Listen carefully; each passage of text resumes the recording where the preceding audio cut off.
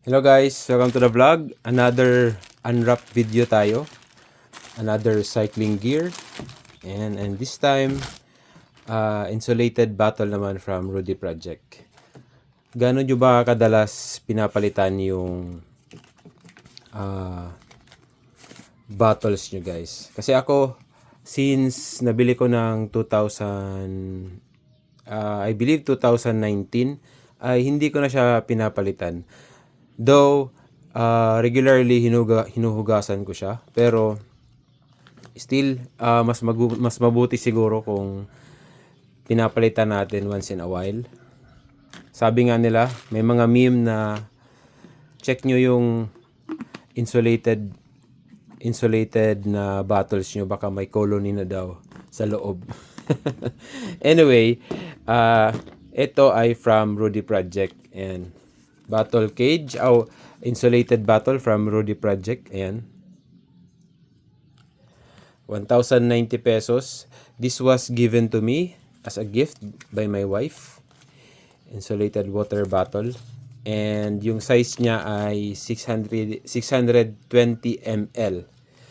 Sakto lang pang short ride. And kung gusto nyo na medyo malayo, mga 150, 100, ay mas mabuti yung dalawa na yung bilhin nyo. And kagandahan dito guys, may kasama na siyang cover. Gustong gusto ko yung may cover kasi yes, may pagka-inconvenience siya gamitin kasi you have to remove the cover before ka makainom. Pero yung safety naman ay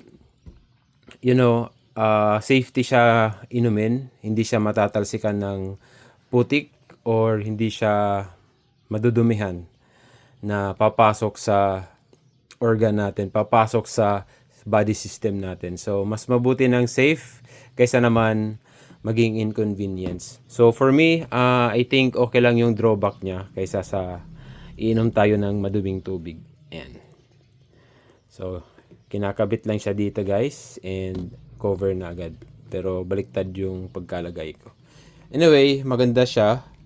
Hot and cold na pala siya guys. Insulated 620 from Rudy Project. Tingin ko lang may pagka-similar siya sa gawa ng Camelback. Ayan. Yung isa kong ganito ay Camelback. So, dalawa na ulit yung bago nating water bottle. Okay, so kayo guys, palit-palit na din pag may time. Yun lang. Thank you. Ride safe. Bye-bye.